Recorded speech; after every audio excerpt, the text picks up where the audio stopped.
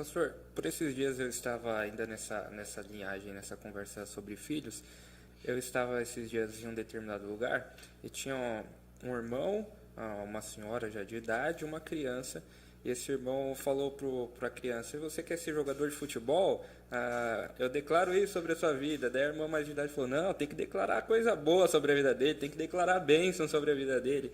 E como que o senhor enxerga isso?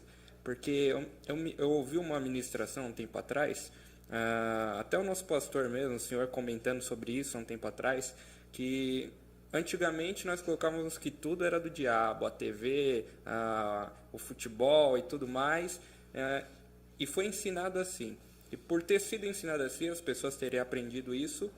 Infelizmente hoje nós não temos esse pessoal evangélico nesse meio, não tem muitos assim que poderiam estar lá influenciando. Como que o senhor enxerga essa questão do filho falar: não, eu quero ser jogador de futebol, quero estar lá na TV, eu quero ser um ator, uma atriz? Como que o senhor vê? Vocês estão me provocando, coisa pergunta. Não tem nada combinado aqui, a gente nem conversou. A conversa está levando por esses caminhos. Vocês estão sendo muito ambicioso. Tá vindo vários assuntos aqui. Veja só,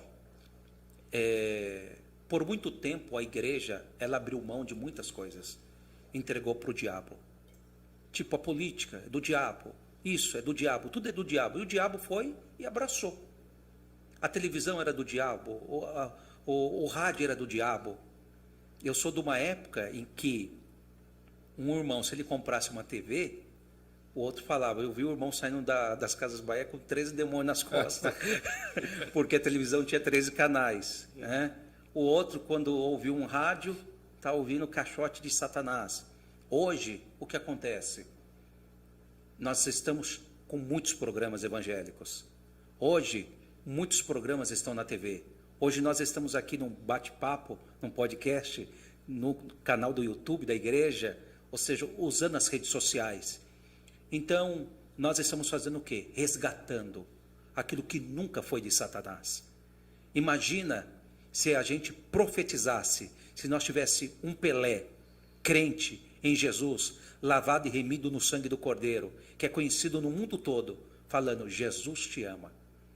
Se nós temos um Neymar, crente, falando de Jesus, Jesus te ama, o mundo todo ouvindo. Se nós temos um Messi, um Cristiano Ronaldo, que são jogadores famosos, falando de Jesus, então nós temos que ter hoje o quê? A flexibilidade. A flexibilidade. São profissões, são escolhas. Sabe onde entra o erro? O erro entra na idolatria. O erro entra em trocar aquilo por Deus, trocar o seu chamado, trocar Deus, colocar aquilo como que se fosse Deus, é diminuir Deus. A maior queda do homem é quando ele diminui Deus. Deus não escolhe o que eu quero, eu escolho o que eu quero, eu escolho.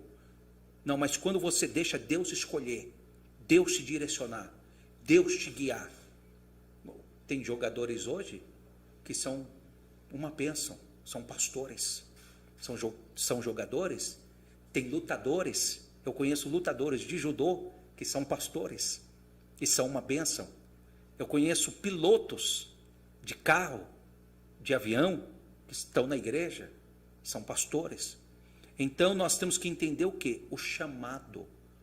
Não são todos que foram chamados para ser pastores.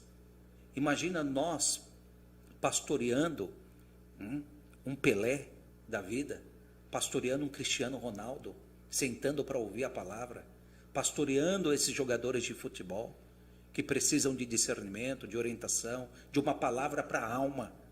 Então nós não podemos abrir mão, nós precisamos aprender a entender e ser mais flexíveis, porque Deus está salvando, Deus quer salvar todas as pessoas, Deus quer salvar todas as pessoas. Não importa, Deus salva o macumbeiro, Deus salva o feiticeiro, Deus quer salvar o jogador de futebol, Deus quer salvar a prostituta, Deus quer salvar todos. Ele não abre mão de ninguém. Então, jamais hoje eu excluiria, ou colocaria no banco, ou não aceitaria aqui um jogador de futebol. Ele é bem-vindo, será muito bem-vindo, será pastoreado, será orientado, será aconselhado e edificado pela palavra do Senhor.